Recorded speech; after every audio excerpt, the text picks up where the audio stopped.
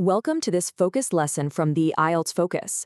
Today, we are going to crack the code on one of the most common IELTS essay types, the advantages and disadvantages essay. We're not just talking theory here, we're giving you the exact language and strategies that examiners absolutely love to see.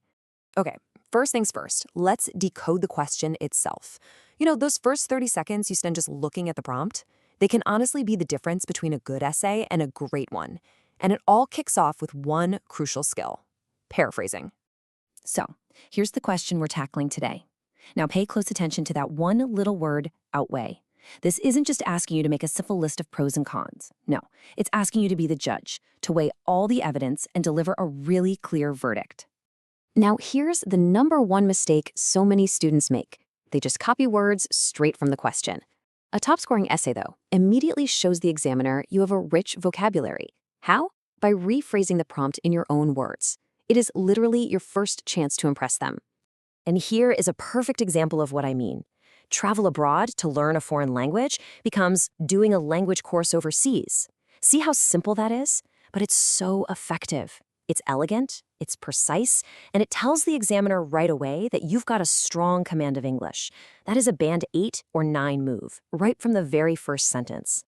All right, let's start building our case. A really great essay always looks at both sides, so we're going to start with the downsides.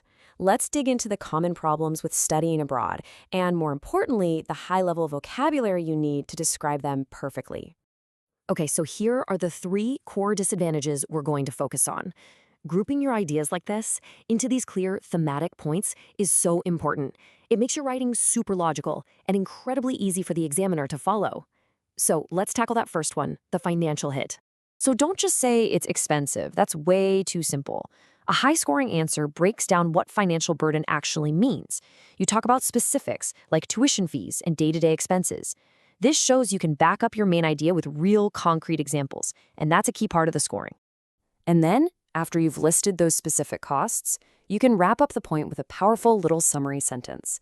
Something as simple as, "It may be too expensive for many," really drives the point home and lets you move smoothly on to your next idea. Okay, next up, the emotional toll.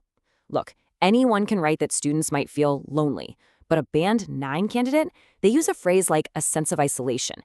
Can you feel the difference? It's just more precise, more academic, and it shows a much deeper understanding of that feeling.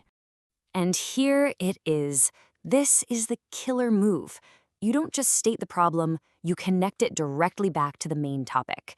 Loneliness isn't just a personal issue in this context, it can actually interfere with learning.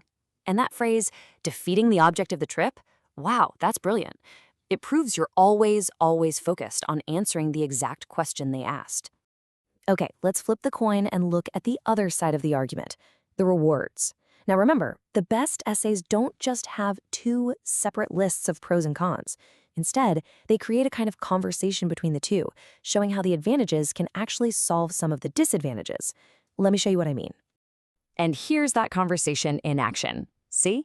We already brought up the problem of cost. Now we counter it directly with a practical solution, getting a part-time job. This shows the examiner you're a critical thinker and you can see how these 2 sides of the argument are actually connected. And just like we did with the downsides, we're going to group the benefits into 3 main themes.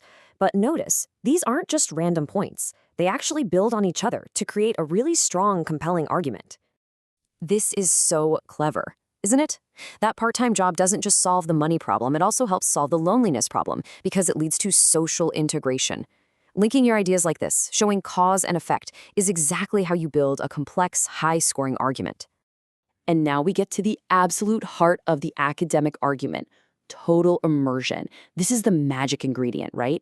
It's not just about what happens in the classroom, it's about being surrounded by the language 24/7, using phrases like native speaker teachers and reaching a far higher level, really sells this as the ultimate advantage.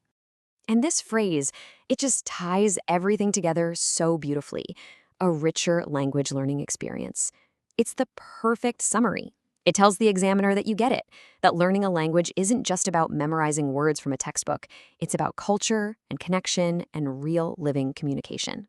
So we've gone through a lot of really powerful language. Let's pull it all together into your personal vocabulary toolkit.